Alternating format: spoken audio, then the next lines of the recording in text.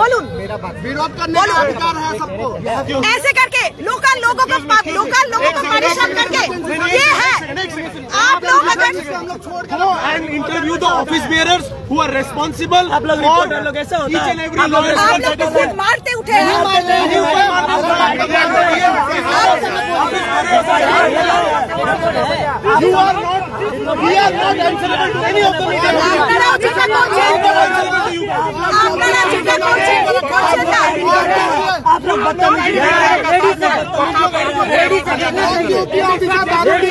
শান্তি ভাবে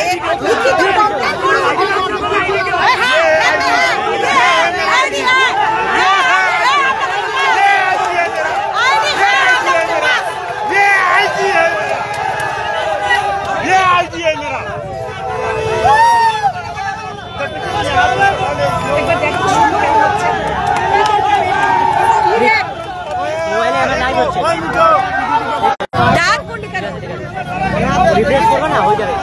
আপনারা লিখিত ভাবে দিন না।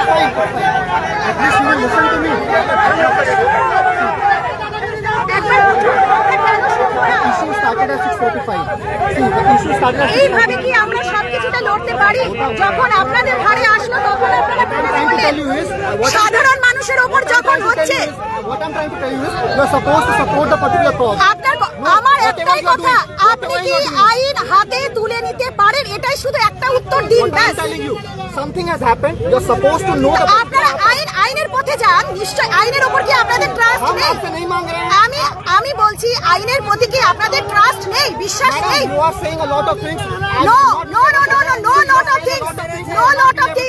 मैं सिर्फ यही पूछ रही हूँ। नहीं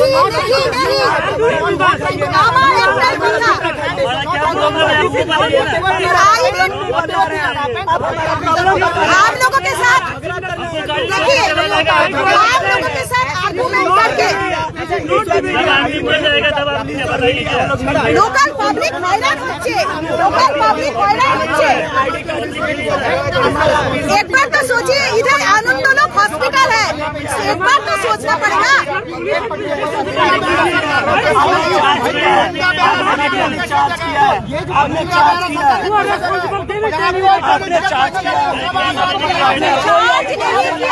आपके पास ब्रॉडकास्टिंग लाइसेंस है? आपके पास ब्रॉडकास्टिंग लाइसेंस है? मैं तो रास्ते पे नहीं लिखा, लेकिन मेरे पास आईडी कार्ड है। हम भी आईडी कार्ड मांग रहे हैं, आईडी कार्ड। আমি একটা জিনিস বুঝতে পারছি না, এরা আমাদের সঙ্গে আর্গুমেন্টে নেমে গেছে। যদি বলবো আইনজীবীরা আমাদের সঙ্গে আর্গুমেন্টে নেমে গেছে, তারা কোনোভাবেই রাস্তা খালি করবেন না। সাধারণ যারা মানুষ আছেন তাদের কথা তারা বুঝবেন না।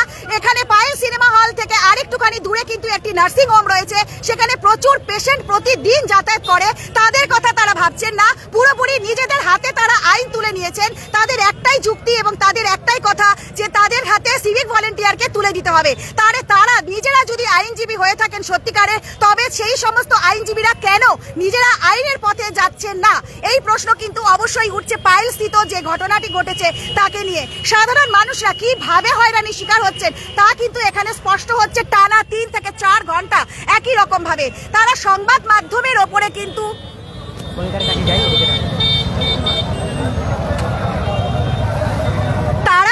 সংবাদ মাধ্যমের ওপরেও কিন্তু একেবারে অ্যাটাক করতেও ছাড়লেন না। তাদের একটাই যুক্তি যে তারা এখান থেকে কোনোভাবেই নড়বেন না। কিন্তু আবারও সেই কথা, আইন কখনো আইনের পথেই চলবে। আর আইনজীবীরা নিজেরাই যদি এইভাবে আইন হাতে তুলে নেন তবে কিন্তু প্রশ্ন উঠছে অনেক কিছু, তবে কিন্তু অনেক বিষয় এখানে উঠে আসছে স্বাভাবিকভাবেই।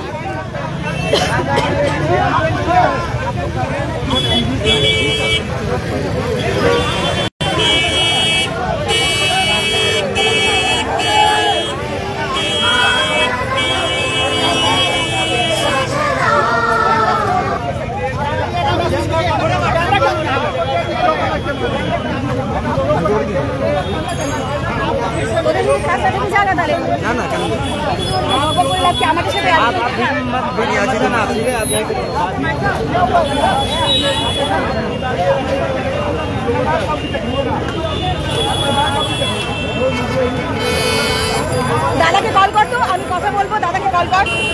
আমার এটা খালি কর, আমার এটা ভোট ধর, ব্যাগটা খোল কর, ব্যাগটা দে, চেনটা এইটা খোল, হ্যাঁ চেন লাগা, দাদাকে কল কর, আমি কল করি।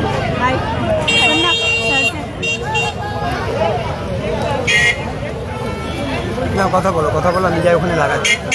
দাও আমাকে দাও দিয়ে দাও, আমি যা লাগাচ্ছি দাও।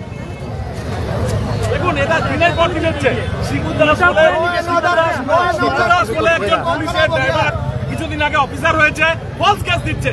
এই যে এখানে আলিশানের সামনে যে মোড়টায় বসে শিবুদাস কিভাবে লোককে চিট করছে, পয়সা বলা আমাকে মদের বোতল এনে দাও তাহলে তোমাকে কেস দিব না, পুলিশ বলছে।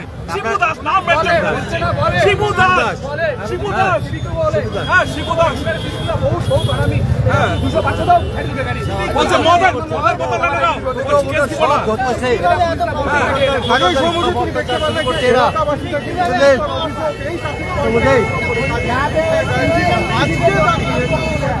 কথা বললে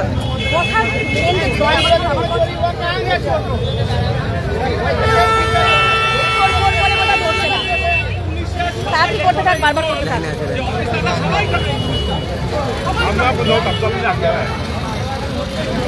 ব্যস্ত আছে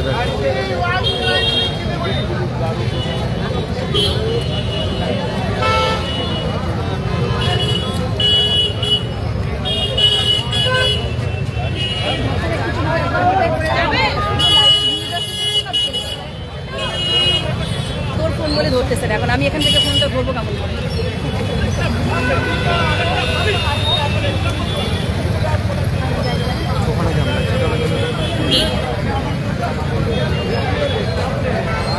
আবারও বলবো, পায়েল মোড়স্থিত যে এলাকা, সেই এলাকা কিন্তু এখনো স্তব্ধ রয়েছে। তারা তাদের দাবিতে অনড় রয়েছে এবং এই মুহূর্তে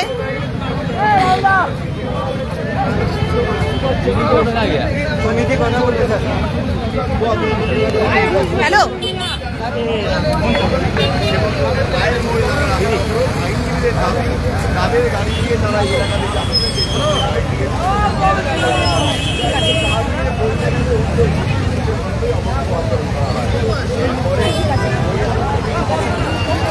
সবাই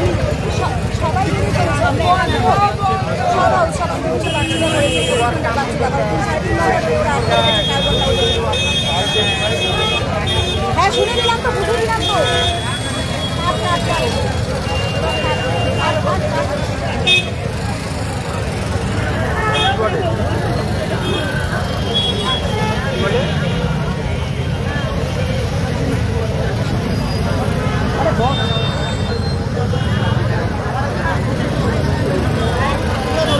তো আবারও বলবো, যারা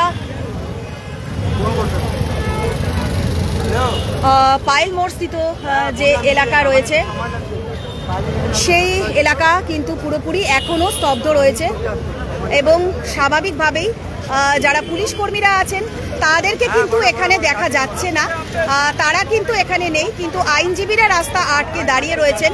স্বাভাবিকভাবেই এই রাস্তা প্রায় 3.5 ঘন্টা 4 ঘন্টা হতে চলল, ঠিক একইভাবেই স্তব্ধ রয়েছে। তবে যারা এই রাস্তা দিয়ে কিন্তু নার্সিং হোম রয়েছে বা অন্যান্য যাত্রীরাও এখান দিয়ে যাতায়াত করেন,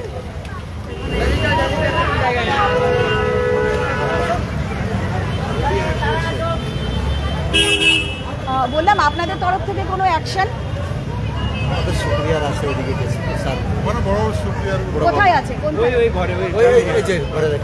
আর যার বিরুদ্ধে অভিযোগ উঠেছে তিনি কোথায় রয়েছেন?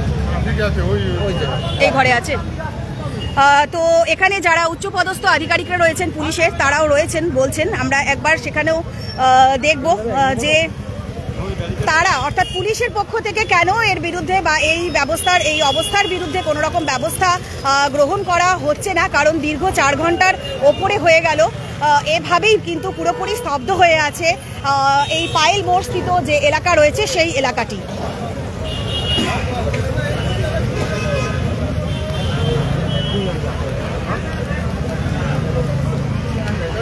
এরা তো শুনছে না,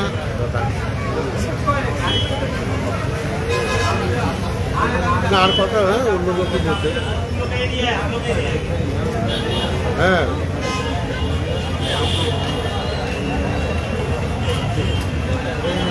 আপনাদের তরফ থেকে কোনো রকম অ্যাকশন বা কিছু, বা ওনারা যেটা চাইছেন যে দাবিটা তারা করছেন, কিছু আপনাদের তরফ থেকে? আমার সিনিয়ররা আছে বলবো। সবাই তাই বলছেন, সিনিয়ররা আছেন। সিনিয়ররা কোথায় আছেন সেটাও তো দেখা যাচ্ছে না। ফিল্ডে কোনো সিনিয়রকে তো দেখতে পাচ্ছি না, এখনো পর্যন্ত দেখতে পাইনি। কোথায় আছেন সিনিয়ররা? আছে কথা বলতে। কোথায়? সবাই বললো আমাকে এইদিকে আছে, ট্রাফিক পয়েন্টে আছে। না, নেই তো। এখানে নেই। তাহলে কোথায় আছে সিনিয়ররা? 4 ঘন্টার উপরে হতে চললো। কি বলবেন স্যার, কি বলবেন আপনাদের তরফ থেকে, কি বলবেন যে ঘটনাটা ঘটলো এটা কি কতটা কাম্য, বা সিভিক ভলেন্টিয়ারের বিরুদ্ধে যে অভিযোগ উঠেছে সেটা নিয়েই বা কি বলবেন স্যার? কথা বলছে একটু বেআইনি কথা বলছে। কোথায় আছেন আপনাদের? আইসি শিলিগুড়ি আছে। আইসি শিলিগুড়ি ওখানে আছেন। সবাই যাদের কাছে আমরা পৌঁছচ্ছি, অর্থাৎ যারা এখানে এই মুহূর্তে কর্তব্যরত রয়েছেন পুলিশ কর্মীরা, তাদের কাছে আমরা পৌঁছচ্ছি এবং তারা যেটা আমাদেরকে জানালেন যে উচ্চপদস্থ আধিকারিকরা অর্থাৎ আইসি এখানে রয়েছেন এবং তারা দেখছেন বিষয়টি। কিন্তু এটাও ঠিক কথা যে পুলিশের তরফ থেকেও কিন্তু এখনো পর্যন্ত কোনো রকম ব্যবস্থা গ্রহণের বিষয়টাও কিন্তু লক্ষ্য করা যায়নি। তো আবারও বলছি, তারা আমাদেরকে দেখাচ্ছে যে পুলিশ এখানে উপস্থিত আছে, কিন্তু পুলিশের তরফ থেকে যারা রয়েছেন তারাই বা কোথায় রয়েছেন সেটাও কিন্তু আমাদের এখনো নজরে পড়েনি। তো আমরা সেটাও কিন্তু নজর করার চেষ্টা করছি যে তাদের তরফ থেকে কি অ্যাকশন নেওয়া হচ্ছে, অর্থাৎ পুলিশের তরফ থেকে কি অ্যাকশন নেওয়া হচ্ছে। কারণ 4 ঘন্টার ওপরে হয়ে গেল যখন এই জাম, তাহলে পুলিশের তরফ থেকে কি ব্যবস্থা তারা গ্রহণ করছে সেটাও কিন্তু এবার দেখার রয়েছে। তো আইনজীবীরা কিন্তু অনড় রয়েছেন এবং তারা তাদের দাবিতে একেবারেই অনড়। তবে পুলিশের তরফে কি ব্যবস্থা রয়েছে সেইটাই কিন্তু এখন জানার। একটু সরুন আপনি।